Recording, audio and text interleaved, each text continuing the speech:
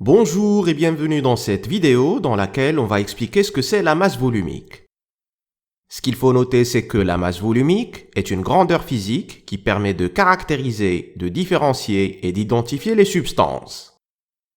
La masse volumique d'un corps donné, noté ρ du corps, est égale par définition au quotient masse du corps divisé par le volume du corps.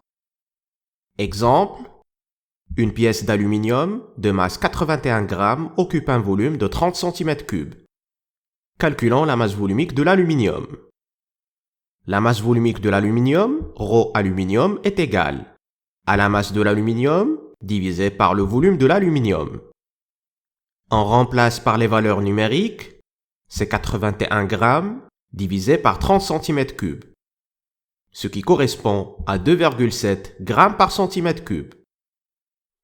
Il faut noter également que chaque substance a sa propre valeur de masse volumique.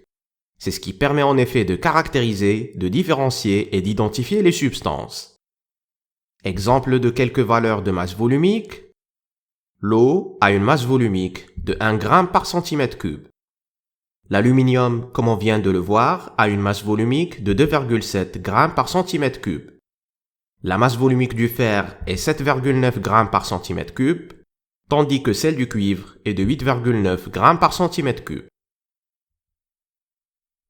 La masse volumique d'une substance peut être exprimée en plusieurs unités. En effet, lorsqu'on exprime par exemple la masse en kg et le volume en litres, on obtient une masse volumique en kg par litre. Lorsqu'on exprime la masse en grammes et le volume en litres, la masse volumique est obtenue en grammes par litre. Et si la masse est exprimée en kg et le volume en mètres cubes, la masse volumique est obtenue en kg par mètre cube.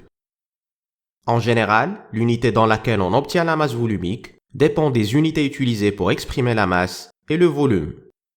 Mais l'unité de la masse volumique dans le système international d'unités est le kg par mètre cube. Selon les données et les questions des exercices, on pourra être amené à utiliser l'une des trois formules suivantes.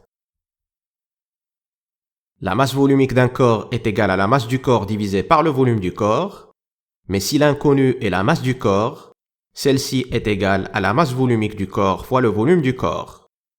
Et si l'inconnu est le volume du corps, celui-ci est égal à la masse du corps divisée par la masse volumique du corps.